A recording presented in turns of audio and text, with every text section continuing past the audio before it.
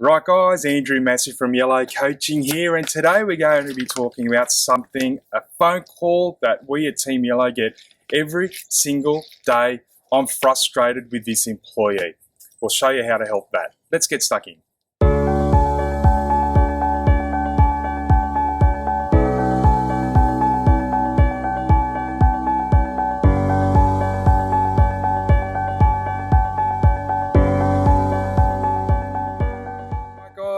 Frustration. It happens absolutely every day out there in every business around Australia or around the world, and we've actually got a process to help you with that, and we call it the 4 C's. Now, before we get into that, one of the things that we really need to look at is you're frustrated, and that usually means the other person is frustrated as well. By playing above the line, we have to understand that we're a participant in that. Let's not blame the other person and go below the line. We're a participant. So let's actually define what frustration is. I've got it up here. Frustration is when we have an expectation that's not being met. Before you open your mouth, before you send an email, before you do anything, first thing you need to do is get very, very clear on what is the expectation that you have that is not being met. An example of this can be you've got an employee who's not wearing their safety gear. What is it about that that's frustrating you, and we need to get clear about that. Another example can be around starting times or finish times, behavioural things about how they're working with other people. So before we actually open our mouth, send the email, let's actually get clear on what that can be. So a really simple frustration can be, and let's just pick on Abby and use her as an example, that's our office admin guru, that I might be frustrated with her because I've said to her, we start at 8:30 and she's getting in at 8:28, and boy am I peeved. Now what is it, before I even open my mouth, what is it that I really want? Okay, we start at 8:30 to me means the business is ready at 8:30 for our first client. The first phone call, warm cup of coffee, lights, air conditioning, we are ready for business at 8:30. But I actually didn't communicate that. So I'm responsible for that. So once I'm clear with what I want, the next thing I need to make sure is that I communicate it. Now here's the trick with communication. It's not actually what I said, it's what the recipient has heard. And the only way that I can ensure that is to ask that person, what did you understand me to mean by that? So in that example I used with Abby was, okay, Ab, I really need you to start at 8:15 so the business is ready at 8:30 for our first client. So just so I understood, so I know that you've understood what I meant, can you just replay back what I've said? If we're assigning tasks, same thing. It might be, how are you going to start that? Or where are you going to find that on our computer so we can start moving towards that? It's a really good test. So once we've got the communication right, and we know that they've communicated because they've replayed it back, the third thing is, and this is the biggest one that most people forget.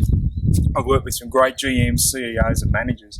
They do these first 2 really well, but this is the one that lets them down. And making sure that we get agreement is really critical. So in the example of the safety gear, it's, we're clear about what we want. We've communicated it.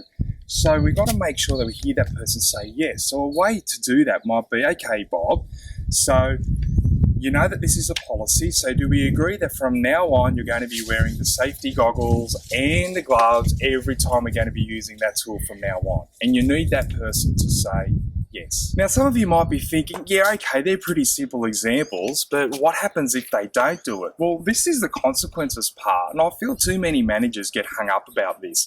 See, we can't control another person's behaviour. The best we can do is influence. But we can't control our response and whether we're going to follow through on that. We can control whether we're clear. We can control whether we've communicated effectively by having the recipient replay it. And we can control making sure that we don't move on until that employee agrees with what our frustration is.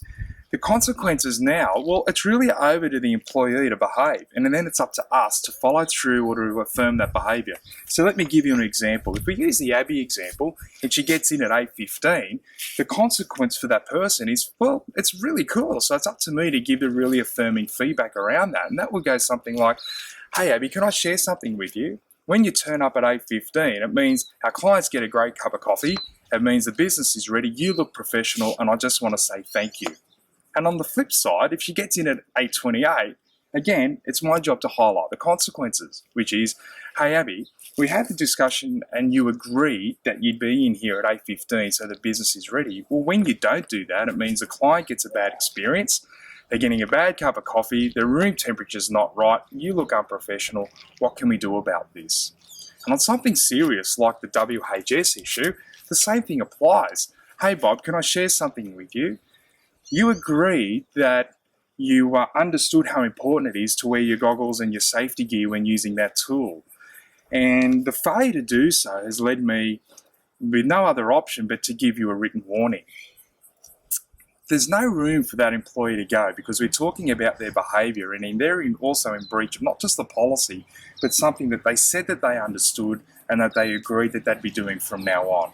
So a pretty simple process, but the good thing is the first three parts get above the line. It's not the employee's fault, it's yours. They're things that you can control, and especially the follow through, that's up to you as well. So love to hear your comments. Please let us know, and thanks for watching. Bye for now.